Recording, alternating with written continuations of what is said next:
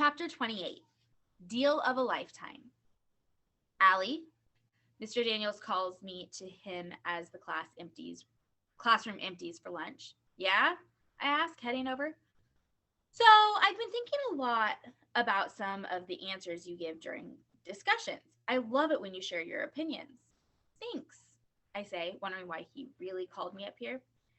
And I loved your thoughts on Roy G. Biv. I overheard you asking Suki about her grandfather and comparing him to yours.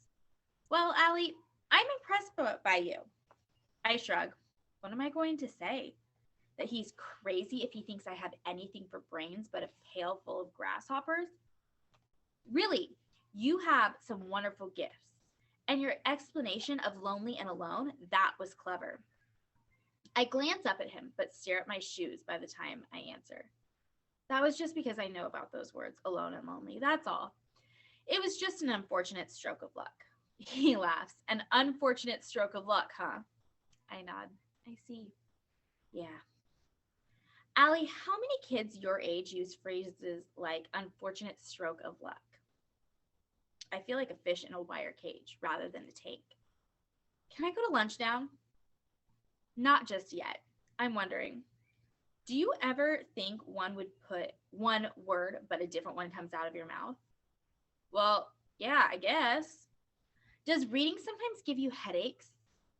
I nod, more nervous. When you look at letters, do they ever seem to move? I'm confused. Of course they do. They do? He is wide-eyed. I nod, but I'm not sure if I should. He just looks at me for a while, and I think I know how Keisha's cupcakes feel when she watches them in the oven.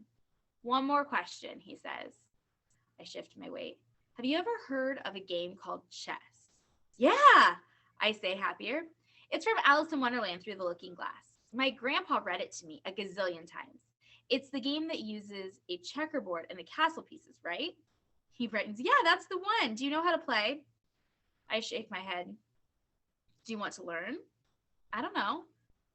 Well, he says, leaning forward and resting his elbows on his knees, I think you'd like chess. I could show you how to play after school, if you'd like. I'd have to stay after. He thinks for a second. Well, I was thinking of starting a chess club.